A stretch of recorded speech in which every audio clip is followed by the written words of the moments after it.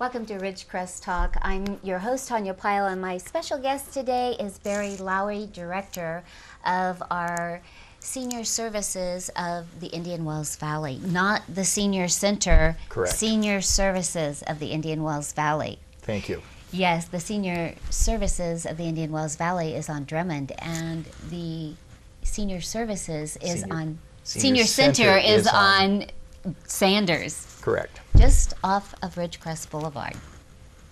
So now that we've set the record straight, you have been director of the Senior Services about 10 years now, or just about 10 and a half years, yes. 10 and a half years. Okay, so you started just about the time I started covering Ridgecrest Public Affairs. So now, the change I remember happening at the time I started talking to Senior Services was the Homemakers group. Was it Happy Homemakers or Homemaker Service of Indian Wells Valley. Homemaker Services? Where did I get Happy Homemakers? Well, don't know. Maybe that was a term they used, but they had been, I guess, since its inception, so it was quite a change. It was. And now the Senior Services has been in the Indian Wells Valley for what, 40 years? Or Since March of 1972 it was founded and incorporated as Homemaker Service of Indian Wells Valley. In June of 2007 we changed the name to Senior Services of IWV to more What year was that? It was June of 2007. Oh, okay. And that was, the board requested that change because we had gotten beyond the homemaker function and, you know, offered several other senior services specifically targeted at seniors. So before they were just, it was strictly just the homemaker services. That's how it started. Okay. They started branching out. In the early 80s, Kern County formed its Office on Aging, which has now become the Aging and Adult Services Department of Kern County. Mm-hmm. And they started contracting with Homemaker Service to provide not only homemaker service, but over the years, several other tasks as well. And okay. So who founded Homemaker Services? oh golly, without the documentation okay. in front of me, I don't know the names, but Well, it's an interesting history. It was four ladies aboard China Lake, Okay. and at the time, the mission of Homemaker Service of Indian Wells Valley was to provide homemakers to offset the disruption of family life when somebody went into the hospital for surgery or to birth a baby or something like this. This was the original premise of the Homemaker Service. And then over time, with changes in our society and hospital stays being shorter and stuff, and at the same time, the association with Kern County, the agency started moving more toward seniors, which is almost entirely our focus these days. Okay, not just anyone needing in-home care during a sickness or something of that nature. It's seniors. Well, we do occasionally provide in-home care, or we did when the Homemaker Service was functioning. We did provide in-home care for people that were recovering from surgery or from an accident or something. But that, in this day and age, that's really become the small part of the operation. The vast majority of what we do is with seniors. And so, wow, in your 10 years, I know there have been a lot of changes, and so we're going to talk about that. But how did you come to be the director then? Well, as it happened, I was prior to working at Homemaker Service, I was the museum manager at the China Lake Museum. And it happened that our board of directors there shared a common board member with the Homemaker Service, and I was approached by that individual saying that, you know, hey, we're going to have an opening for an executive director, and I'd like you to consider the position, and as they say, the rest is history. Mm-hmm. So Mm-hmm. I moved almost directly from the China Lake Museum in November 2005 to the Homemaker Service, Mm-hmm. and brought about, at that point, about 4 years of nonprofit management experience with me. Nonprofit management, but managing care for senior services is quite a bit different. Absolutely. And so you tell Well, me. at the time, the Homemaker Service had several significant business issues. I'm a business major. I have bachelor's and master's degrees in business.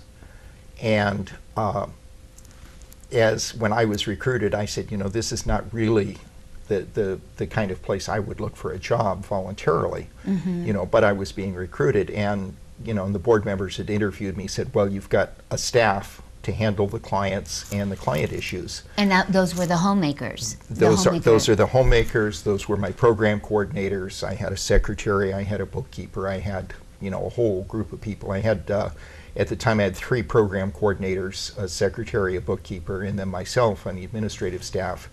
And then we had the homemakers in the field and the employees at our bingo game and several other things. So there were all kinds of bits and pieces, but I was hired basically for my business expertise because of the issues that the agency was having.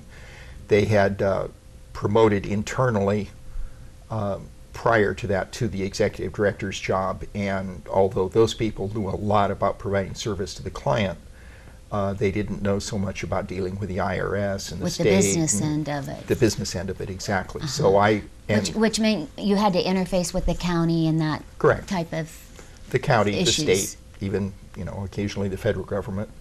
We but they were government agencies. Sure. Okay. Yes. Okay. So there is no cost to the senior, but it's processing their maybe Medicaid or whatever.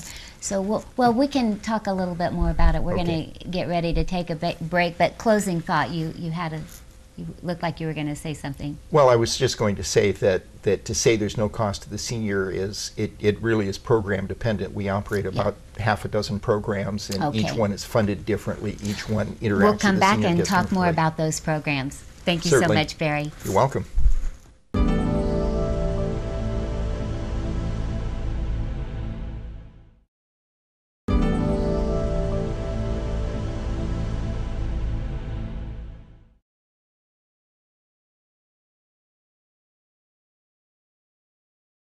Welcome back to Ridgecrest Talk with Barry Lowry, Director of our Senior Services of the Indian Wells Valley.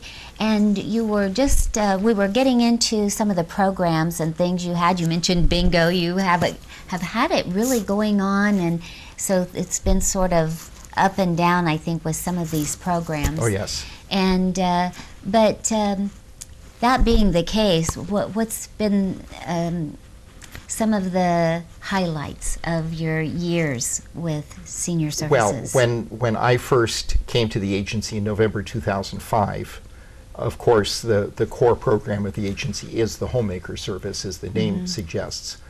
And that, at that time, there were 3 different models of the program. There was our fee-for-service private Homemaker Service, where people simply paid us for the service. Oh, okay. And then there was what we call that was the elderly private, and then we had the private Homemaker Service, which is people under 60 years of age, but accident recovery, surgical recovery, and that sort of thing, that we provided service to them, again on a fee-for-service basis. I see. Then the third model of the program was a contract we hold with Kern County Aging and Adult Services Department, that's funded under the Older Americans Act of 1965, and that program provides homemaker service to people that they have a significant need and really no other way to get the service, and the county pays the lion's share of the cost of the service. It's a cost matching contract. We put in about 10.5% of the cost, and the county pays the remainder. So it's not a money maker, but it That does. was a Lyndon B. Johnson program, aging. What was it again? The Older Americans Act Older of Americans 1965 Act. was a LBJ Great Society initiative. Right. Most people don't know about it because it was so overshadowed by Medicare that occurred almost simultaneously. but it was one of the package of programs that he enacted in terms of social legislation during his administration. And the Older Americans Act is, I think it's renewed every 5 years by Congress. It was recently renewed again and funded. And basically what it does is it has a set of regulations defining the services and the nature of service and who does what to whom, so to speak. And then the Medicaid, what's the difference, or what's the divide there between it has nothing to do with Medicaid or Medicare. Those have to do specifically with doctors and health-related issues and that sort of thing. The Older Americans Act, basically the federal government block grants money to the state for the program, and then the state block grants money to what are known as the public service areas. California is broken into 33 public service areas. Kern County is PSA 33 because it's a large county and it's one area by itself. Up north where counties are smaller, 4 and 5 counties are served in one PSA. But, and the services being home services? Well, there's a range of services. Okay. We have provided under county contract homemaker service.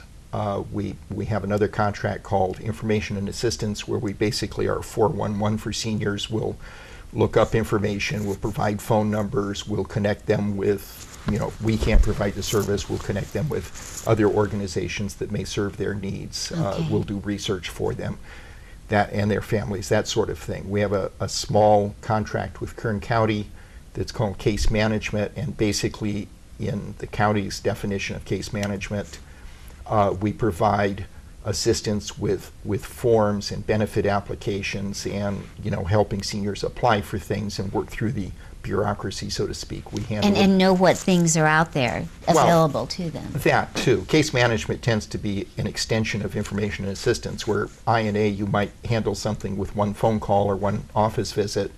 Case management is for problems that are a little longer in nature, might require several calls or several interactions and stuff. But the basic thing is that it's to see that seniors are not shut out of benefits by inability to deal with the bureaucracy. So we are the bureaucracy cushion in applying for benefits. We do a lot of work with Social Security and Veterans Administration, insurance companies, and a lot of times that may just be that the senior has difficulty hearing and they can't conduct a cogent telephone call. So they'll come in the office, my case manager will get on the phone and deal with the agency, in the senior's present, in a call on a speakerphone. And so, for example, I just spoke with a senior yesterday. She had suffered a stroke in the recent months, and actually had not been receiving her Social Security check. And she tried in every way to get her benefits and was unsuccessful. And she finally called KZGN, well, I don't know that she called KZGN. I think it was a Facebook communication, excuse me. But she finally went to Congressman Kevin McCarthy's office, but she could have gone to Senior Services of the Indian Wells Valley. We certainly would give it a go if she contacted us, absolutely. Yeah. So, so it's good for people to know you're there, because people do sometimes have difficulty getting through the bureaucracy for their needs, and then it's a desperate situation. It is. Anyway, continuing with the programs, when I first inherited the agency, we operated an adult daycare center for Alzheimer memory deficient clients. That basically the intent is that caregiving can be a 24-hour-a-day job. Right. And when you're dealing with an Alzheimer's person that can wander off and not be able to explain to somebody where they belong or who they are or what their needs are. So our adult daycare center 2 days a week would give the client family maybe 5 hours of respite care while we took care of the client, and the caregiver could go have lunch with the girls or go do the grocery shopping or just decompress for a few hours. So we operated that until June 30th of 2012. It became financially untenable at that point, and we closed it down. After that, we that was volunteer, though, on behalf of the homemaker offering the care. No. That was a contract with Kern County under the Older Americans Act, and they paid us a portion of the cost. We had one employee that, well, there was a program coordinator that coordinated the program and the volunteers and the clients and all of that stuff, and then there was one employee that was actively on site with the clients. We had 6 Alzheimer's clients at a time in our adult daycare, and typically we'd have one employee and 2 or 3 volunteers working with the group to see that everybody's needs are met for the 5 hours they'd be in our office. Okay, well, we'll be back in just a minute to talk a little bit more about your programs and then where things are going with the senior services of the Indian Wells Valley. Thank you. Okay.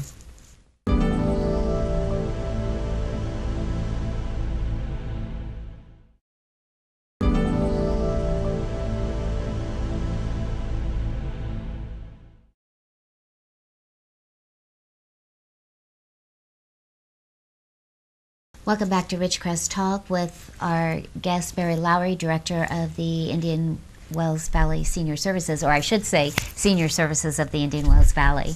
And so we were talking about some of the programs aside from the giving assistance to the caretakers,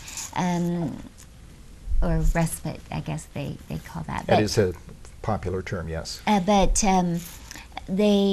You said you had bingo, and so what kinds of events did you have going on with your daycare services? Well, I'm not sure exactly how you mean daycare. You know, for the Alzheimer's clients, that was an in-house. You know, they would come and stay with us for a few hours to give their caretakers some break.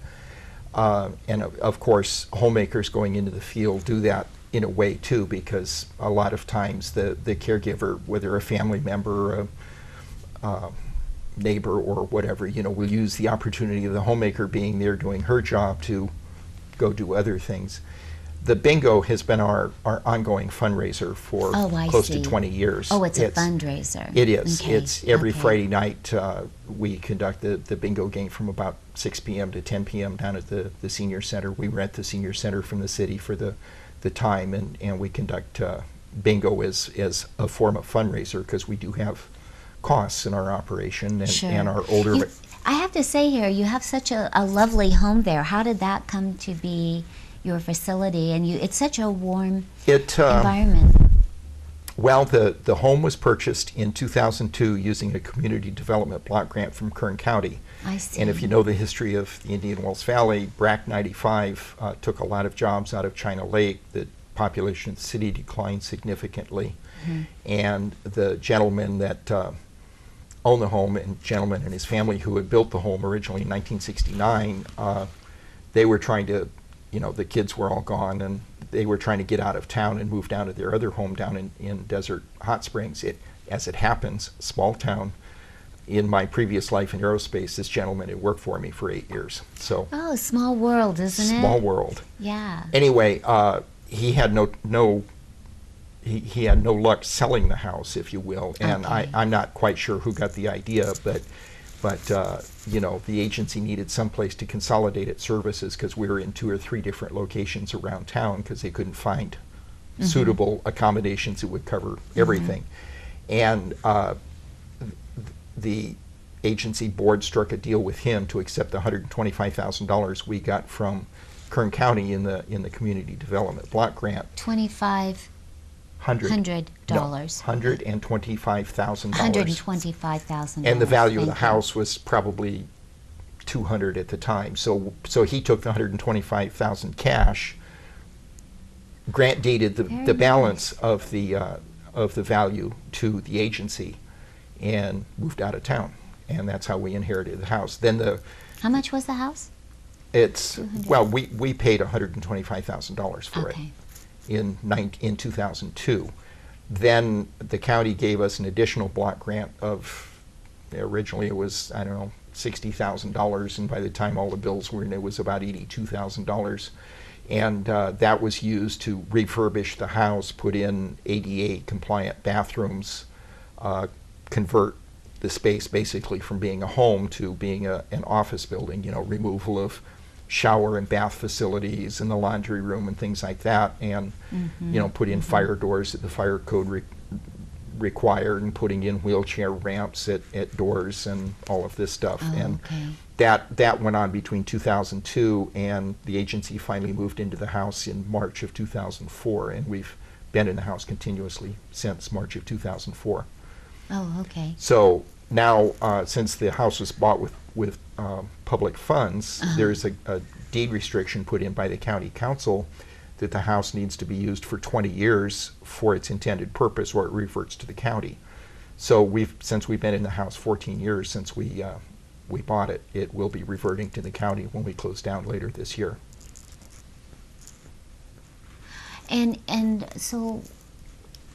so you're preparing to retire, and is there a reason why you didn't look for someone else to be the new director? Or? It wasn't a case of continuing operations. It was it was just no longer financially viable.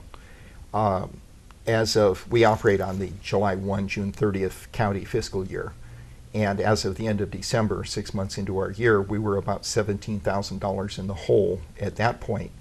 As of January 1st of 2016, a new law went into effect in California called the California Home Care Services Consumer Protection Act that required us to license the agency, register all the homemakers, do criminal background checks and TB testing. And this gets costly. All of significant education requirements. Are they going to pay for that? No.